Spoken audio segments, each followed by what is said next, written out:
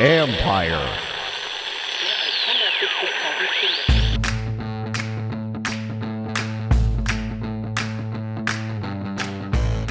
Hello and welcome to my podcast. Do me a favor, subscribe to the John Con Report wherever you get your podcasts. You're watching on YouTube. Hit that like button, hit that subscribe button.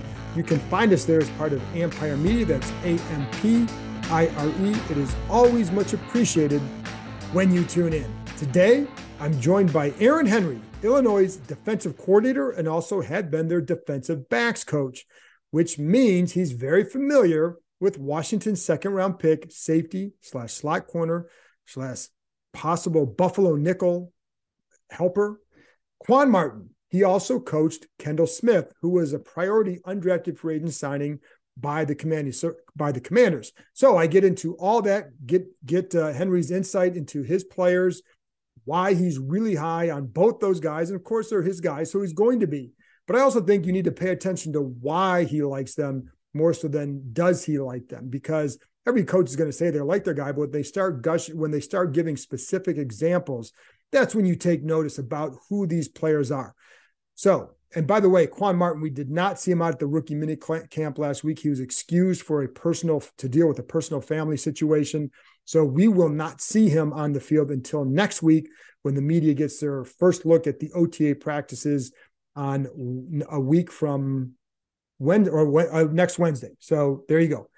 Anyway, before I get to that, I want to go over a couple things, starting with really just one big thing, which is a story that Seth Wickersham and I collaborated on, dealing with the prospectus that the Josh Harris group was sending around to potential investors in the Commanders. And it's noteworthy just because you rarely see these sorts of things. The Harris group has done these for other acquisitions, whether it was sports teams or when they were investing, buying companies. They would put out these prospectuses. I guess that's how you say it, prospectuses. But it does give you a window into their thinking and how they view the product they're going to buy. And that's what was, to me, significant in this. And there's some information on the stadium, et cetera. So let's start with some of the significance of this prospectus. So the first thing is, and we all know where this franchise has gone over the last couple decades, but specifically over the last 5 to 10 years in particular. And when you look at the local revenue, for example, it's pretty much gone down by about half, and they projected it could go up by 50%, by double within 7 years or so, just based on selling more suites, more sponsorships, and getting more people at the games, because the attendance has gone way down now, not just because they shrunk the size. At one point, it was around 90,000. Now it's a little over 58,000. But it's also the percentage of the gate. So once upon a time, if they had less than 86%, it was, a low year. Now if they got 80%, it would be a really good year. So, and typically they're, upper 70s at best. So there's been a definite drop off. So you fix that stuff and the revenue can go up, but it's their projection for that is noteworthy. And what they also attribute the fall to, their prospectus attributes to donor Dan Snyder. We all know, I think nobody should be surprised by that. And I would say least of all the Commanders, because when I had a conversation with Jason Wright at the owners meetings in March, he basically told me people don't want to be associated with their brand right now, where their brand is Dan Snyder and all the investigations, et cetera. So that's who it was. And I even asked him at one point about, he deals with the Snyders. He was brought on during their time, by them, but also by the league. So, when he's sitting there saying there's nothing but upside to this, is that weird? He said, no, the Snyders also understand where this business could go once they're out of the picture, because I think they understand the toxicity surrounding their brand, as they say right now. But anyway, so that's one thing. Also, the naming rights to the stadium. So FedEx can get out of their contract if there's a change in ownership, which this would be. Right now, FedEx pays $7.6 million. I almost said billion, but it's $1 million per year for the naming rights. Once they're out of the picture, this group believes or feels that they could get upwards of $30 million a year for the naming rights. So again, your return on investment goes right up. You start having some good cash flow. One of the things that when you're talking to Jason Wright, when you talk about cash flow and increasing that cash flow, increasing your revenue, is the investment you can then make in the practice facility, not so much in expanding it, but maybe improving some things and getting some things more up to state of the art, et cetera. So I don't know that they're going to invest a ton in the practice facility, because that's something they could move out of within a couple of years, long before they build a stadium. Anyway, speaking of the stadium, so that's the other interesting part here, is that on the prospectus, it says that the current ownership, Dan Snyder's group, told the Harris Group that Virginia last year was willing to offer them. They thought they could get up to $1.5 billion in incentives from Virginia. Now, that doesn't necessarily mean all public money, I don't believe. So I want to caution you to think that it means public money. I don't know. I think it could be certain breaks here. It could be some deals on land. It could be, but it's worth up to that much money. So now we know in the Virginia legislature last year, the money they were talking about was between $300 and $400 million. So again, if they are talking 1.5 bill, then that would have to include other sorts of incentives and tax breaks or whatever. The other part that was made clear to me by people in the Harris Group and also on this prospectus, they have not made a decision on where they're going to build a stadium. So that means Maryland, that means DC would still be in play. They have not made up their mind. It was just when we mentioned the 1.5 billion from incentives from Virginia, it's just a line in the prospectus. It didn't say this is where they're going to build or anything like that. There was no indication of where they would build, just that. So now let's see what Maryland does. Let's see what DC does. And let's see ultimately what Virginia does do, because just because the Snyder Group told them that doesn't mean ultimately that's what will take place. The other part along with stadium is, again, they have not made up their mind where they want to go. Oh, the other part that I want to say is the revenue that they project from the stadium would start taking place in 2031, which that was a bad way to phrase it. According to the prospectus, they anticipated opening the stadium in 2031. That's a conservative timetable, and they admit that, and they even said in the prospectus that it could be the possibility exists that they would open it earlier. Currently, people here have talked about 2027, 2028 as to when they can open a stadium. You probably would need at least 5 years once you break ground to build a new stadium. So if they're looking at 2028, they better break ground at some point this year. The contract with PG County ends early in the 2027 season. They can renew it, so they can stay at FedEx.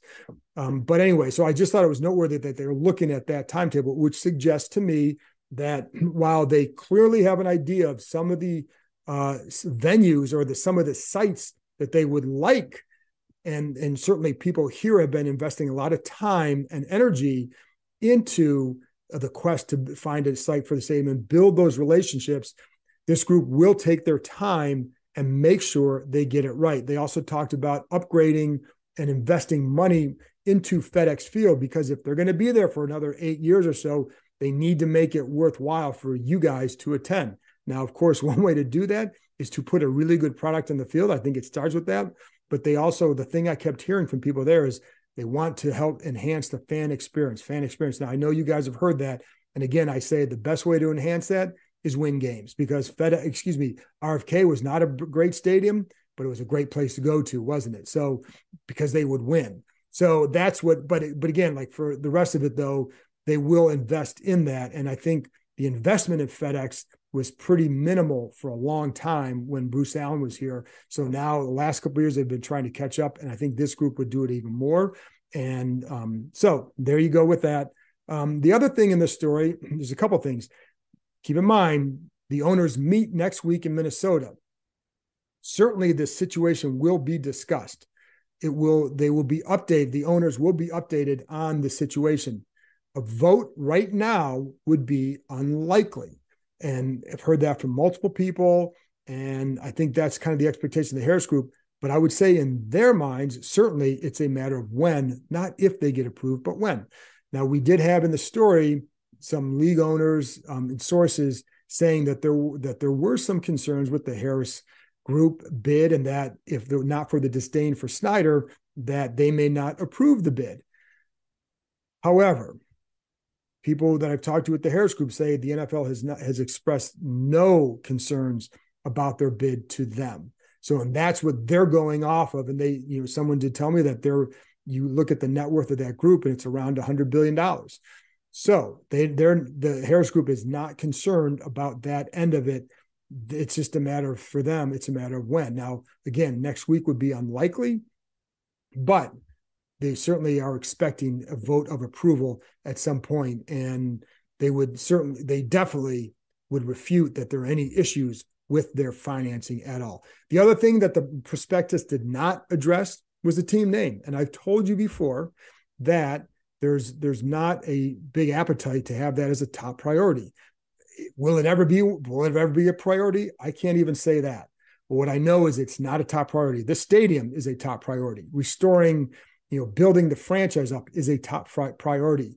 The name is not a priority. And I don't know if it will be, but I keep telling you, and I'm not trying to be a killjoy here, but just to provide reality to the situation, that they're not going to come in and say, we're changing the name. That's just not going to happen, folks. So if you're expecting that, I don't want you to get your hopes up and get disappointed. So just know it's not a top priority. Now, I can't promise, I don't know anything about what it would look like 2 or 3 years from now, but I can tell you right now, not going to be a top priority. So, and it wasn't even addressed in the prospectus. What that means, I don't know, but I know what I've heard over the last couple of months from various people. And that's why I tell you it's not viewed as a top priority. So there you go. That's it for me. Now we're going to go back to on the field. I know some of you, that's all you want. Sorry, folks. There's a big story going on with the sale, so you're not going to get everything you want. And if you don't like it, I'll give you a refund. How's that?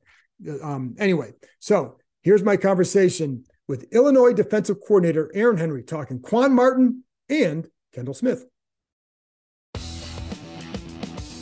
Did you know the largest ropes course and zipline park in the country is right here in the DMV? Located in the heart of Montgomery County, the Adventure Park at Sandy Spring combines climbing and ziplining to create an aerial obstacle course unlike any other. With challenges anywhere from 10 to 75 feet in the air, there is something for all skill levels. Looking for some family time or the perfect date night before football season starts? You can even climb and zipline under the stars. Would you rather keep your feet on the ground? Give axe throwing a try. With their projector systems, you can throw at traditional targets, play tic-tac-toe, connect four, or even hunt zombies. Listeners of this show can get $5 off any ticket by entering the code KEIM23DC at checkout. That's KEIM, K-E-I-M 23DC. So there you have it, folks. Climbing, ziplining, axes, food, and bonfires right in your backyard. The weather is warming up, so it's the perfect time to head outside and join the adventure at www.theadventurepark.com. That's www.theadventurepark.com and enter promo code KEIM23DC. Aaron, first off, I got to start with that. I want to get into Quan Martin and even Kendall Smith a little bit, but that secondary you guys had last year, it was fun to watch. How much fun was it to coach that group, just seeing the success they had and what all these guys are capable of doing? It was absolutely incredible. I would be remiss to tell you that I coached all of them. I did not. We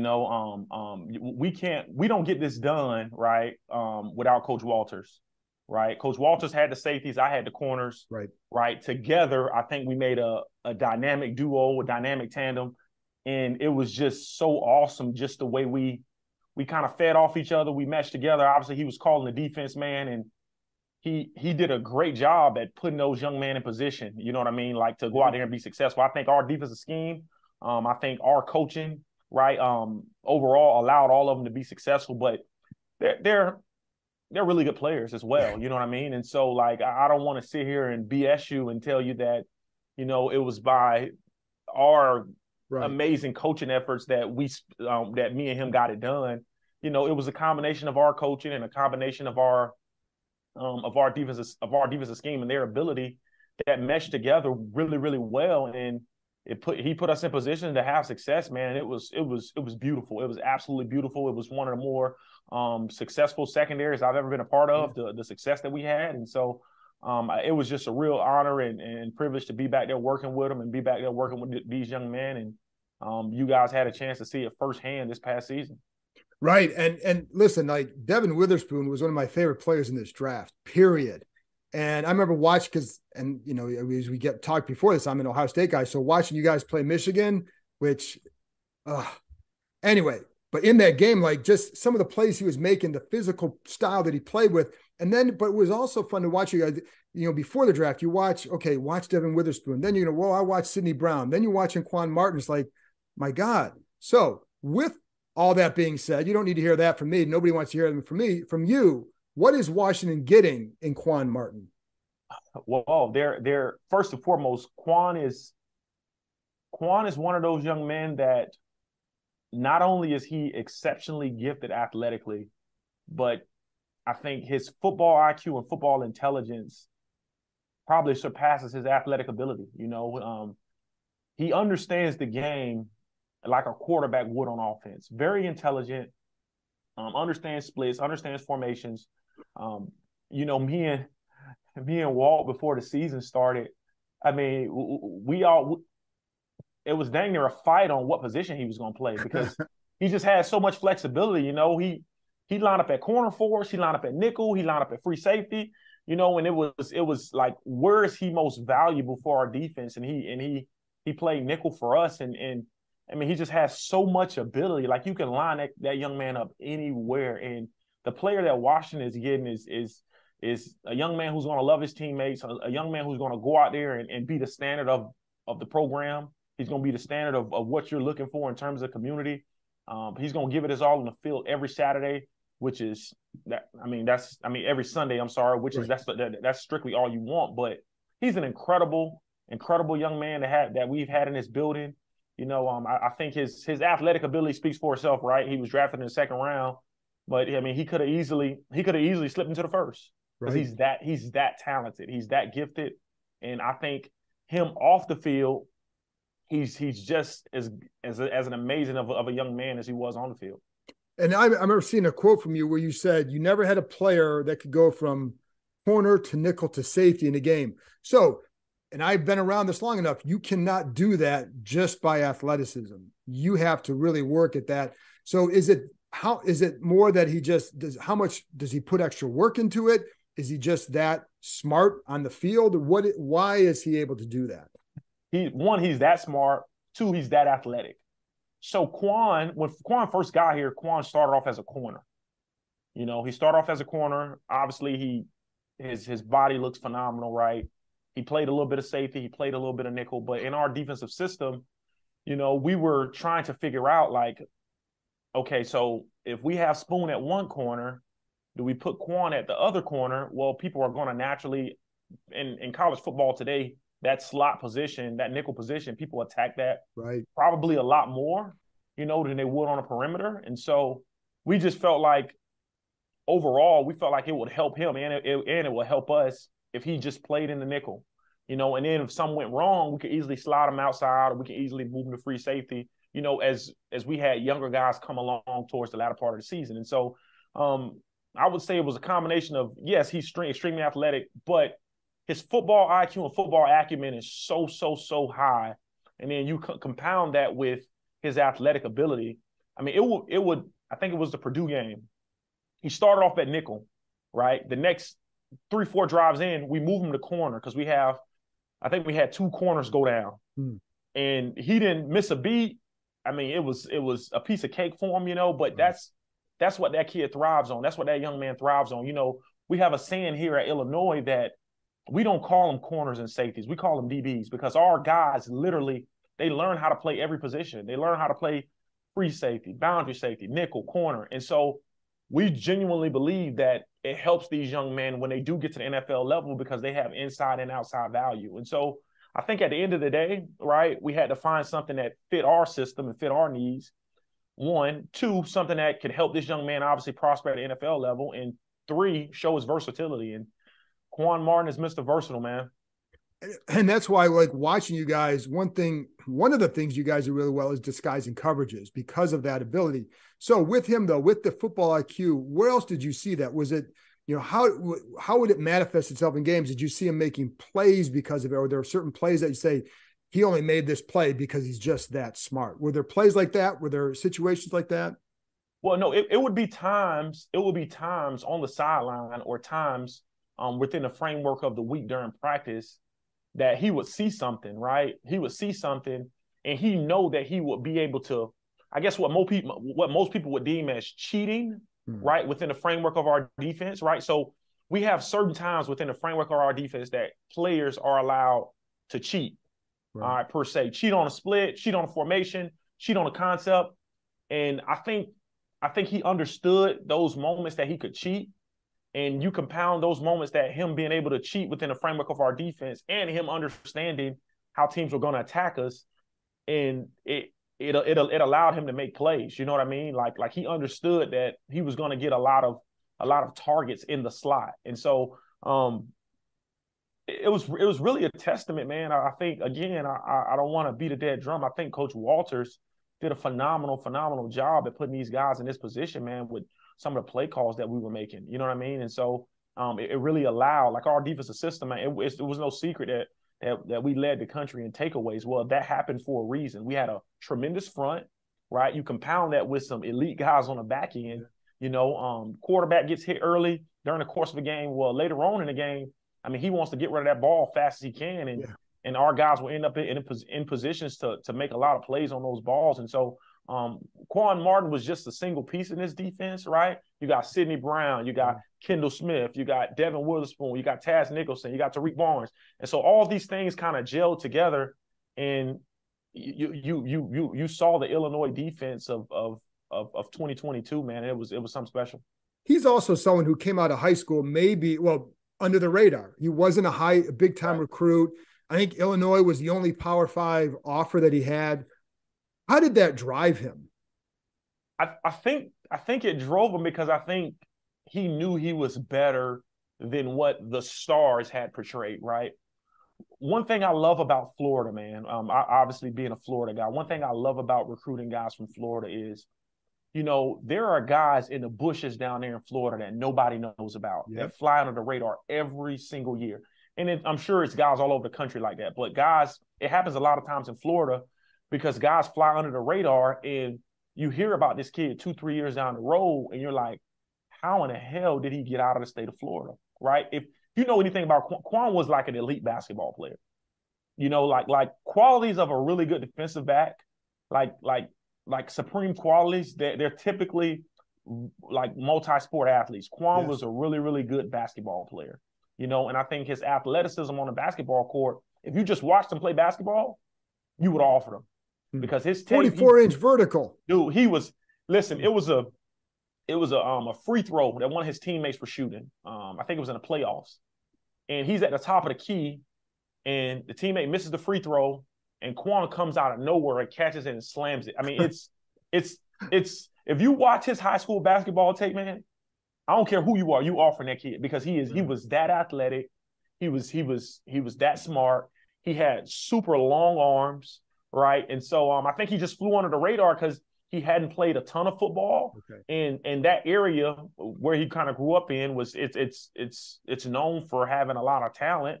And he just flew under the radar, man. And it happens every year, though. You know what I'm saying? It's gonna be kids come out in this class that 4 years from now are gonna be like, man, how the heck did this kid get all the way up to the school he was at? How the heck did this kid get to Illinois? Right? Like they just go under recruited, and we kind of live on those kind of stories because we pride ourselves on being a developmental program and really developing these young men to be what they're being. I think Devin was like that too, wasn't he? Yeah, oh yeah. Devin was a 0-star recruit, right? Like I think Quan had 2 or 3 stars. Devin was a 0-star recruit, and so it's like how do you not keep going back to Florida, right? Obviously, we're gonna protect our state in Illinois, but like you hear all these stories of these guys being under recruited and they got a lot of talent and they're multi-sport athletes and they're really good players, and people are passing on them because of their size or their frame, but they don't have a lot of offers. Well, we take those kind of players and we develop them here, and over the course of a year or two, all of a sudden they're stars on the map. I know these guys are going to make their own decision about where to play him, but where did you guys feel that Quan, was there a spot where you felt he was best at, whether it's safety or corner or the slot and they're going to use him in their Buffalo nickel, the hybrid role too. 100%. Well, originally my thought was, I went to Coach Walters. I'm like, bro, I'm not sure he ain't the best corner. You know what I'm saying? In regards to Spoon, like him on one side, Spoon on the other side. And me and Walt kind of got into it a little bit. It was, I mean, I wish you could have been a fly on those walls, but he was just like, bro, they're going to attack the slot, man. We need that cat in the slot. I'm like, he was like, we can easily slot him out the corner if something happens. But we felt really, really good about our young talent at corner at the time, and Taz Nicholson, a young DB for us. And so Taz started to come along and play really well. So we felt really good about keeping Quan in the slot. And then when we got into 12 personnel, right, where a DB had to come off the field, well, he was too talented to come off the field, so we just moved him to the free safety position, right? And we kept Taz in at corner, kept Spoon in that corner, Sidney and Quan, and that kind of made up our secondary. And so it was like, we knew, like, as we got later on into the season, we knew that if something went wrong and we had to move pieces, we felt totally fine and comfortable and great with moving Quan to any position, because he had displayed that he was capable mentally and physically of playing all those positions in the back end. And just one more thing on him, and I want to get to Kendall for a minute, and I appreciate your time. Good tackler as well. I think that seems to be an understated part. I don't know about underrated, but understated part of his game. Yes, sir. He takes a lot of pride in it, man. Like, I always talk about the most important fundamental in tackling is want to. All those dudes in that secondary, all of them, they came out of the womb wanting to tackle. It certainly, you know what I mean? Like he has that burning desire to tackle, and so it's just so cool to see their kind of dreams come true, you know, because he's put it on display for us, you know, in his career here. And I think last year was the culmination of that, you know, being able to, on a national stage, right, like week in and week out, display how elite he is in terms of his football ability, and go out there and physically tackle people, showing that he can cover and showing that he just wasn't a corner, nickel, or safety, but he was a true DB and he can play everything. So last thing then, Kendall Smith. Washington signed him as an undrafted free agent, safety. What are they getting in him? Kendall is, I would say Kendall is just as athletic as Quan. Probably not as straight line fast as him. You know what I'm saying? I don't know if Kendall probably doesn't have all the versatility Quan has, right. But you talk about a safety playing that free safety position. We had a kid by the name of Kirby Joseph the year before. Yeah. You know, Kendall had just as good or a better year when Kirby was here his last year than Kendall was here. And so, like, I think what they're getting a ball hawk, man. Okay. I mean, that young man, if when the ball's in the air, it's his. You know, and so we were all hoping that he would have got drafted. You know, I think it's a chip on his shoulder. You know, he's going to go out there and prove to the rest of the country what he's truly capable of. But I mean, Kendall Smith started off as a corner.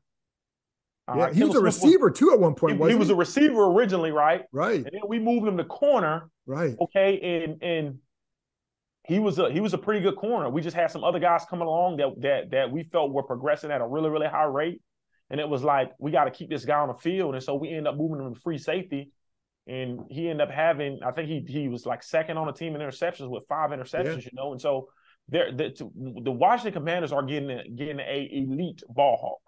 And he sounds like a good special teams player too. Phenomenal 4-core special teams guy. You know, and I say all this, right? Like, all of our guys that left this program, like special teams is the bare minimum that they're going to be able to do. Like they're all elite special teams players. You know what I mean? But they are phenomenal defensive players as well. You know what I mean? Like Kendall, I think with Kendall's ability, his length, he's going to be able to cover those bigger tight ends. He's strong. He's physical.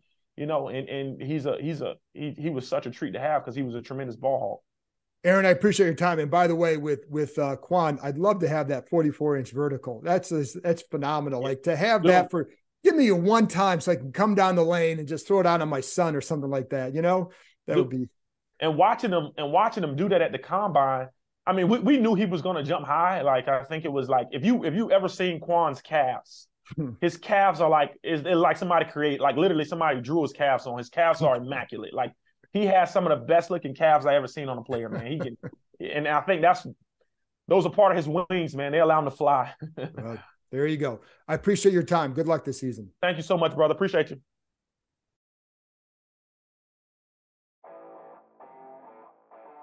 That's it for this episode. Thanks to Aaron Henry for joining me, and thank you, as always, for tuning in. I'll be back with another episode Thursday night / Friday morning. So I'll talk to you next time.